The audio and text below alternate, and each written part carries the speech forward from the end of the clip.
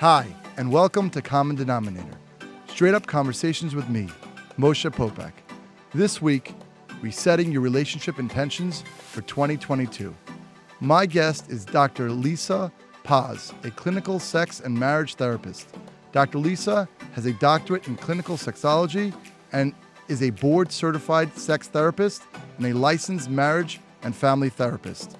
She's an expert in individual therapy, couples counseling, and sexual health.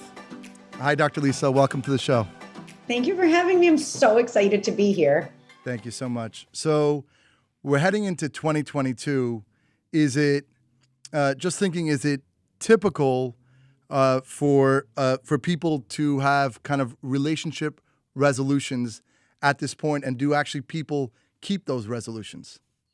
It's interesting because you had sort of opened with this idea of intentions, and I so much prefer the word intention over resolution because I feel like resolution suggests something is broken versus just intention is like what we mean to do going forward. And I think every relationship should start, New Year's, they're a good place to take an inventory, right? To be like, here are my intentions for what I want in our relationship in this new year. So yes, I think couples should do it. And I think that this is like an exciting time to talk about what people should be focusing on and what is kind of the common denominator for relationships. Yeah. Thank you for using that. Listen, I'm going to use it all session long. I'm going to come back to common denominator. I think it's brilliant. Yeah. So when I think of a relationship, let's just take, for example, a marriage. When you're in a marriage, to your example, write down the intention. You know, you have a business plan the same way. It can't just be haphazard, I assume. First of all, you and I are like on the same page, and we're just getting started, Moshe. Yes, you don't do any other thing in your life without an intention and without a collaborative process. And so we shouldn't do our relationships without that. I always suggest to couples that you do sort of an individual intention sheet and then a familial or a relational one, and just sort of take an inventory on like, is this still working? Is what we do in the bedroom, is what we do out of the bedroom, is the division of household responsibilities, is our finances, all the stuff that contributes to relational success. Is it working? Did this past year prove successful or not? Like going forward, what do we want? And there's nothing wrong with sort of being intentional about sitting down with your partner, your life business partner, and being like, let's make sure we're on page. And I feel like start of New Year is perfect time to do it. What do you think are the key ingredients, kind of a framework that a couple should start with?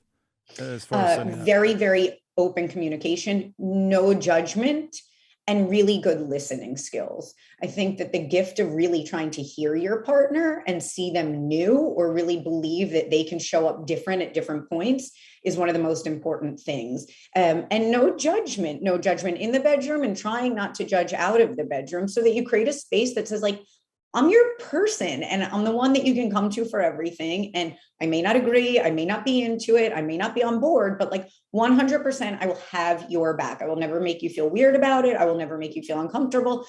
Like, I'm your person. And I think we don't underscore that enough for our partners. So two things I want to focus on is that communication. I know personally I've had to intentionally work years on a correct type of communication, which is really active listening, really internalizing. So let's talk about that. Where would someone go to try to even begin the journey of really being a good communicator? I'm going to, right here, right now, I'm going to tell them the secret to it, right? From a therapeutic standpoint that we do in therapy that actually works really well in relationships.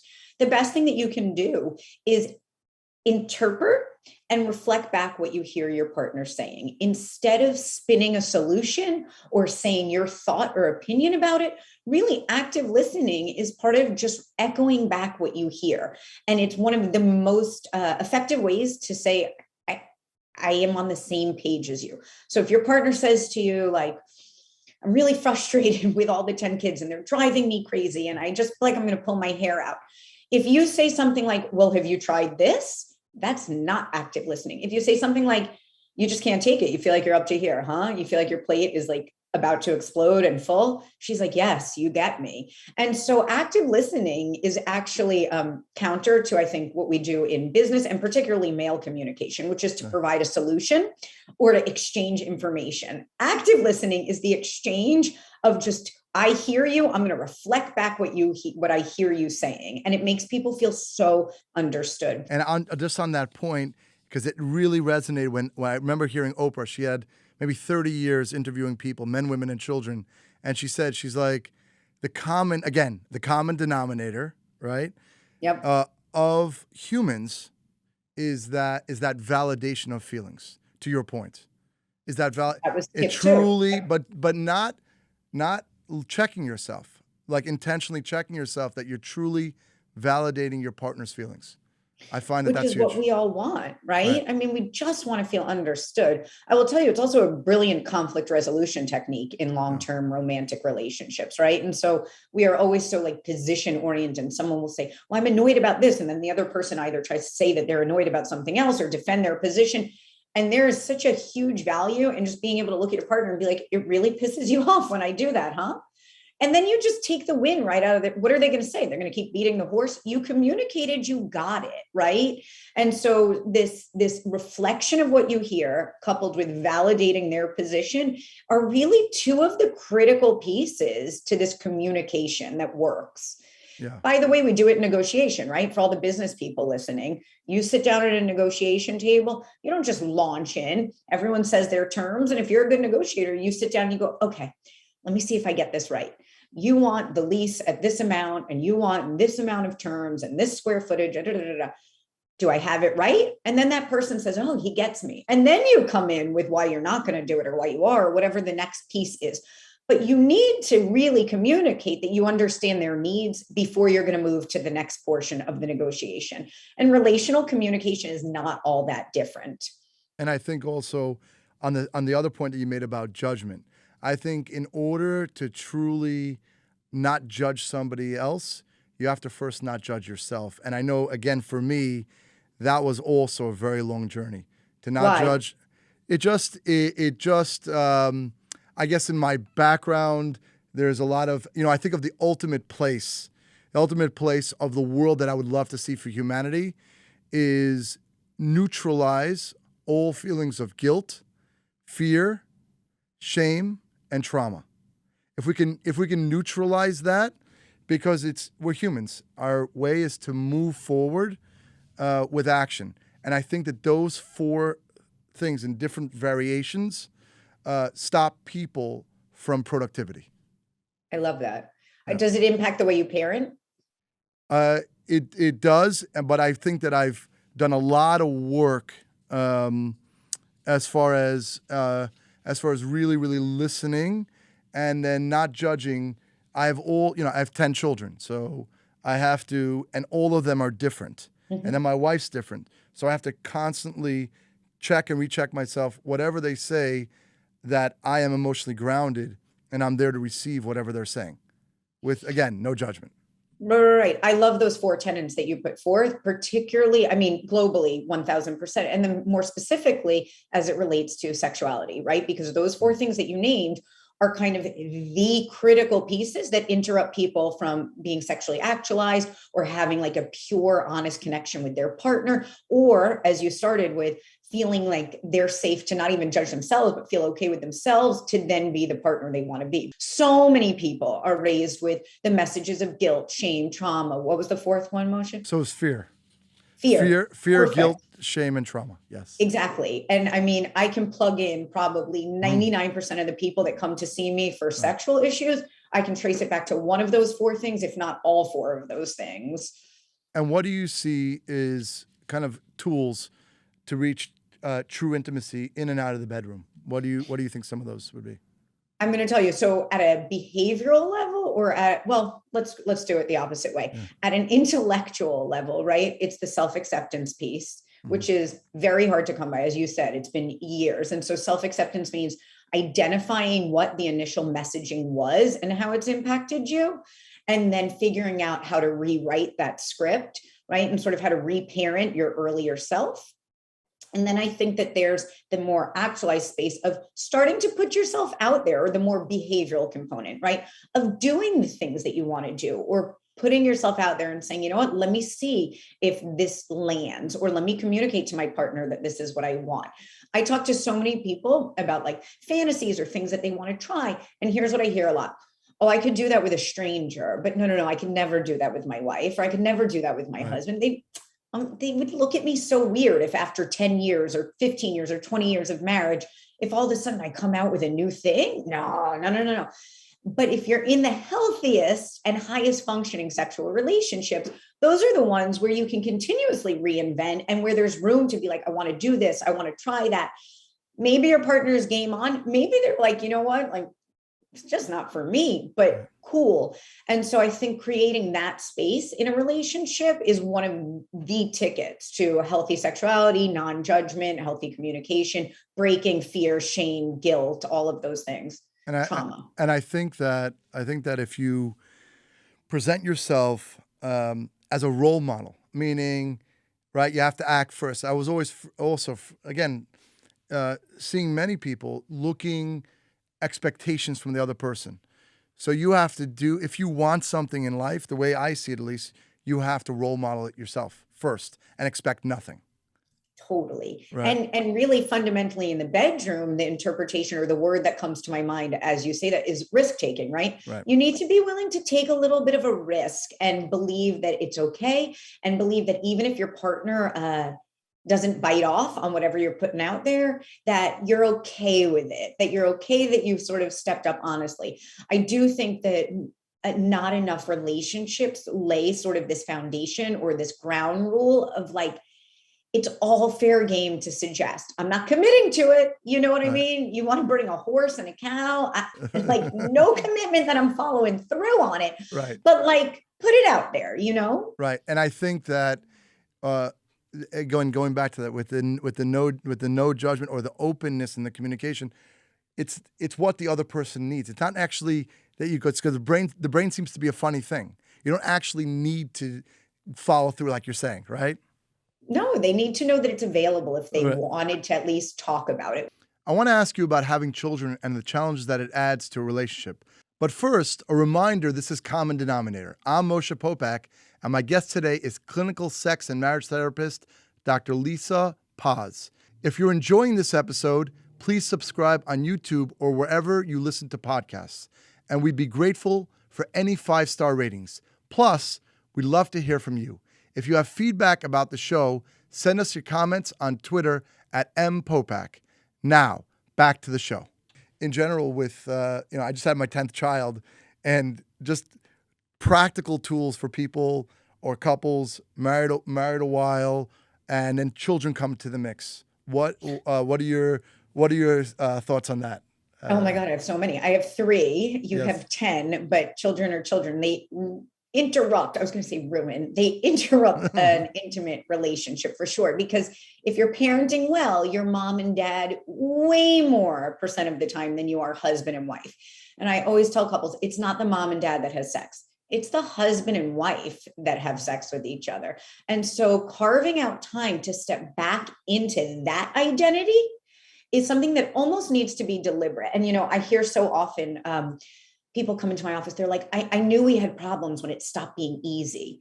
And I always think to myself, like, what in your life that you have came easy? And so parenting, right, is a beautiful journey, but it's not a hot one. There's nothing sexy about parenting, and there's nothing sexy about diapers, and there's nothing sexy about grades and sort of herding cat. I think parenting is like akin to herding cattle, right? You're just like trying to funnel them through life. And it's not where your sexuality lives, especially for women. And so I think creating deliberate time to step out of those roles and really into the husband and wife role is crucial. I am a giant fan of scheduled sex, and I promote it very readily. People hate me for it at first. Like, if I could tell you how many eye rolls and like hackles go up in therapy when I say it, but here's my pushback, and here's sort of my pitch for scheduled sex. If you think about the 2 highest rated places for sexual satisfaction, it's courtship and affairs.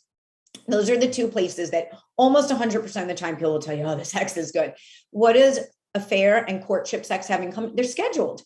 everybody comes to the table game on. They know what's expected. They know what's going to take place in that time. They mentally prepare. Females in particular who have to sort of be game on in their body and in their brain, they shave, they put on matching bra and panties, they do the whole shtick. And so everyone comes to the table in a similar headspace. And then we start cohabitating, we get married, we have children, and we abandon this model of this like scheduled, we're all in the same headspace. And we expect this like spontaneous, we're just naturally going to be able to find each other. And it fails. And then people don't understand what to do. And then they wind up in my office. Right. But scheduled sex, and not scheduled from a place of, I can't believe we're reduced to this sterile model of scheduled sex, but scheduled in a way of like, we schedule important things and we create time and space and we look forward to it. And like we gear up, you schedule dinner reservations. And what do you do that day? You don't eat a big lunch. And maybe you look at the menu earlier to see what you're going to order. And maybe you talk about how stoked you are to sit down at that dinner table. And like, so I don't think it should be scheduled because it won't happen otherwise. It should be scheduled like, nothing gets in the way of this awesome thing that we're looking forward to. And it also just brings everyone into the same space. And I also think that, to your point, we see like the Disney notion of romance. I want to take that and just throw it out the window because, I think you probably, what you said, you were married like 15 years. I'm married 17 years, right? Yep. And it's not anything that's worth anything, to your point that you're making before, is not going to be easy, but it's a lot more emotionally fulfilling, right? And 100%. That's what I think as humans, we want to be emotionally fulfilled, right? And connected, and we want to feel like people have our back, and we want to feel like our cup is full. And I think one of the ways to do that, I'm going to circle all the way back now, is to the non-judgment piece. You know what I mean? Like the way we feel emotionally fulfilled is because we feel understood, because we feel like our needs are being met. And also, and I think you and I had talked about this when we talked prior to this meeting, is this idea of reinventorying the marriage. That like you may have to revamp the way you relate to your partner many different times during the course of a relationship. Yes. And by the way, people do this in business effortlessly. The business model that worked 10 years ago may not work 10 years later. And you got to be able to sort of reinventory it. We don't apply those same tenets to marriage. And that's why marriage fails. You don't understand how many times I will hear people come into therapy and they'll be like, but you used to always love that. And then you'll hear the other one be like, I haven't liked that for 5 years, for 10 years. Yeah, I loved that before I had 5 kids. Right. Sure. But now, 5 kids later, that's not really what works for me. And so I always promote to couples, once a year, twice a year, sit down and really check in. Like, are your needs being met? Is this still working? New Year's is an awesome time to do that just because it's a built-in sort of like everyone's game on for a refresh button. But there's nothing wrong with like sitting down at the table and just being like, let's break it down. Like anything you need that I'm not doing and being willing to hear it. Anything you want, anything you don't want. Like I'm open to recalibration. So what's your take on monogamy? Oh, monogamy. This is such a big topic. So I think monogamy is a social construct fundamentally. And in this society, right, most of us sign up for it. Monogamy is very, very challenging. Not to say that I am against it. I subscribe to it. I'm hoping my husband subscribes to monogamy. I think that it's hard though. And this is the piece that people don't realize, that to be in a monogamous relationship year after year, decade after decade is really, really challenging. And our brain sensitizes to this person that we are with. And the reason that people cheat, or the reason that boundaries become permeable, is because those feelings that we get from someone new are really unattainable with our partner. And so I think that monogamy is hard. And if we can expectation set as such, then we will be able to lean into it more readily. And I also think that biologically, not sure if we were designed to be monogamous, but socially we signed up for it. Right. So again, it's that conscious intention. Well, I want to thank you, Dr. Lisa. It's been really a pleasure and really informative. If people want to find out more about you, how could they do that? The easiest way is at my website, which is drlisapaz.com, or Instagram handle, which is also Dr. Lisa Paz. And from there, they can sort of figure out how to access me and things that I offer, courses, etc. Well, thank you so much. Thank you. Thank you so much for having me. Thanks for listening to the Common Denominator podcast. Join us next week for another inspiring, impactful, and empowering conversation. To learn more about Moshe, head to MoshePopack.com. If you enjoyed this episode, feel free to share it. And we'd be grateful if you could rate, review, and subscribe to the show.